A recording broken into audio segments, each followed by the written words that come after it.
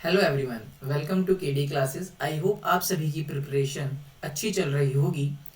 जो हम last classes में बोर्ड्स के रिगार्डिंग प्रीवियस ईयर और इम्पॉर्टेंट क्वेश्चंस और एमसीक्यूज लेकर आए थे, आज हम हमारा बचा हुआ केस स्टडी, जो बच्चों की डिमांड थी कि केस स्टडी के क्वेश्चंस हमसे नहीं बनते हैं, तो आज हम केस बेस्ड स्टडी के क्वेश्चन प्रोबेबिलिटी चैप्टर के लेकर आए हैं। एक्चुअली प्रोबेबिलिटी के जो क्वेश्चंस होते हैं वो मार्क्स गेनिंग क्वेश्चंस होते हैं और आप इसमें इजीली मार्क्स गेन कर सकते हैं। इसलिए हमने लास्ट क्लास में एमसीक्यूज कराए थे प्रोबेबिलिटी के, आज हम आपको केस बेस्ड स्टडी कराते हैं। इन केस किसी ने अगर पुरानी वीडियो नहीं देखी है तो लिंक डिस्क्रिप्शन में है, आप जाकर चेक कर सकते हैं। तो चलिए शुरू करते हैं आज की वीडियो को। The game a game consist of tossing a 1 rupee coin, और उसमें जब हमने 1 रुपए का कॉइन उछाला, हमने उछाला वो 3 टाइम्स। तो 3 टाइम्स कॉइन को टॉस करने के लिए आपके जो आउटकम्स आते हैं वो आपको पहले तो पता होने चाहिए। आपके पास जो आउटकम्स आते हैं, टोटल आउटकम्स, आप लोगों ने अगर पहले कभी प्रोबेबिलिटी करी हो, जब आप एक कॉइन को 3 बार टॉस करते हैं तो 3 बार टॉस करने से या तो आपका आता है हेड, हेड और हेड, या फिर आता है हेड, हेड, टेल, या फिर head, tail, tail, tail, tail, tail, tail, tail, head, tail, head, head, tail, head, tail, और हेड, टेल, हेड। तो कितने आउटकम आते हैं टोटल आउटकम आते हैं आपके नंबर ऑफ 8 आउटकम्स। 8 आउटकम आते हैं आपके जब आप किसी कॉइन को टॉस करते हैं। कॉइन को टॉस करने पर आपके टोटल नंबर ऑफ आउटकम आते हैं 8। एक्चुअली जब भी आप किसी कॉइन को टॉस करते हैं तो पॉसिबिलिटी बनती है या तो हेड आएगा या तो टेल आएगा, यानी ये आप गलत हो गया, या तो हेड आएगा या आपका टेल आएगा। तो यानी आपके पास 2 आउटकम आने की पॉसिबिलिटीज होती हैं। तो जब भी आप एक बार टॉस करते हैं, अगर आप 2 बार करते हैं तो 4 आने की पॉसिबिलिटी होती है। एक्चुअली जो इसका जनरल फॉर्मूला होता है वो होता है 2 की पावर n, और n का मतलब होता है number of times coin tossed. तो ये सारी कहानी होती है, ये जनरल फॉर्मूला होता है आउटकम्स निकालने का। तो बेसिकली यहाँ पर फर्स्ट पार्ट के क्वेश्चन में बोला है find the probability of getting no head. तो इसमें से सिर्फ एक ऐसी पार्टी है कि जिसके पास एक भी हेड नहीं आया, ये वाला। बाकी तो इसके पास भी हेड है, इसके पास भी, सबके पास हेड है। तो there is favourable outcome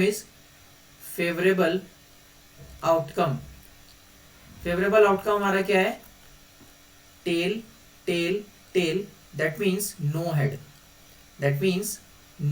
head. ठीक है, यानी एक आउटकम है आपका। कितने आउटकम है? एक आउटकम है। तो एक आउटकम के लिए आपके पास जो प्रोबेबिलिटी का फॉर्मूला बनता है, getting no head, probability of getting no head, तो वो बनता है आपका 1 upon total number of outcome is 8, तो आंसर इज 1 अपॉन 8। सेकेंड है find the probability getting 1 tail. अच्छा, 1 टेल कितनों के पास है वो हम चेक करते हैं। देखिए, इसके पास हमारे 3 हेड है, इसके पास 1 टेल। एक आउटकम तो ये बनेगा 2 टेल, 1 टेल, 2 टेल, 1 टेल।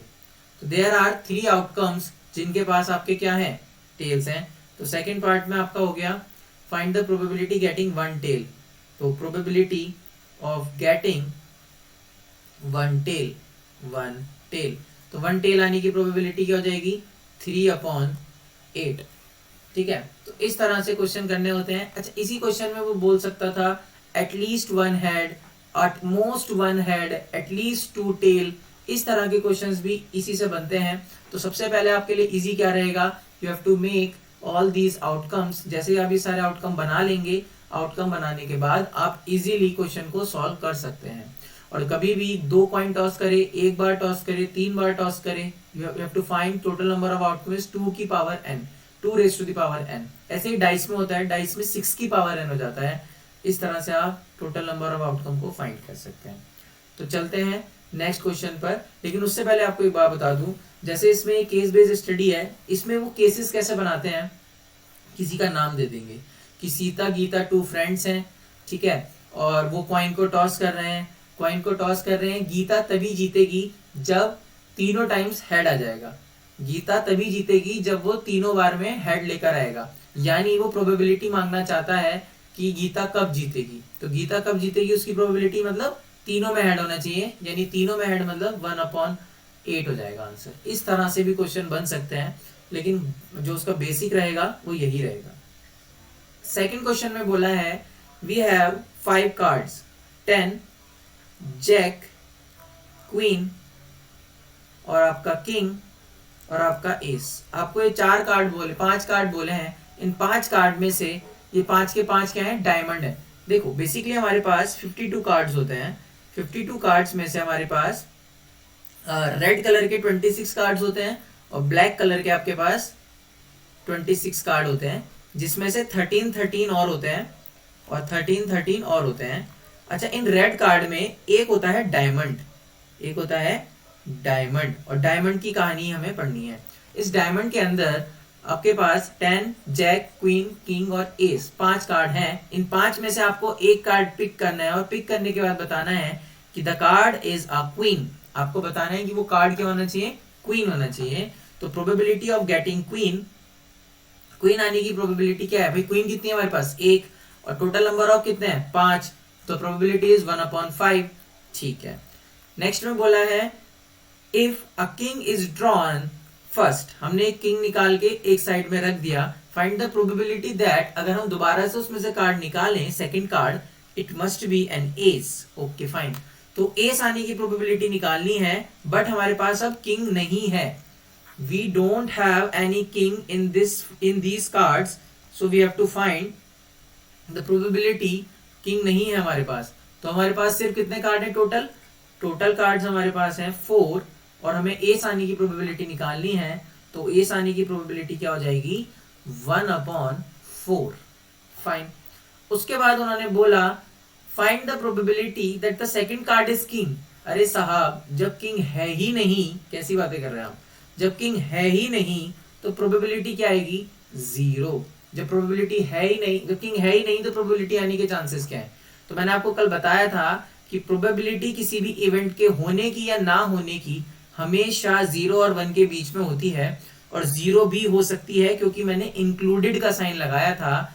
और अगर प्रोबेबिलिटी 0 है तो इसी इवेंट को बोलते हैं इम्पॉसिबल इवेंट। कौन सा इवेंट, इम्पॉसिबल इवेंट। और अगर किसी इवेंट की प्रोबेबिलिटी 1 आ गई इन केस, तो उसे बोलते हैं श्योर इवेंट, श्योर इवेंट। वैसे ये आपका क्वेश्चन नहीं था, क्वेश्चन में सिर्फ आपको बताना था कि एस आने की प्रोबेबिलिटी और किंग आने की, तो हमने बता दी। आई होप आपको ये वीडियो पसंद आई हो। अगली नेक्स्ट क्लास में हम कोशिश करेंगे कि एक और केस बेस्ड स्टडी लाएं, बट वो लाएं हम किसी और चैप्टर की। तो देखते हैं किस चैप्टर की हम लेकर आते हैं। तब तक के लिए आपने हमारी वीडियो यहाँ तक देखी, तो thank you so much for watching our video. Up till then, bye bye.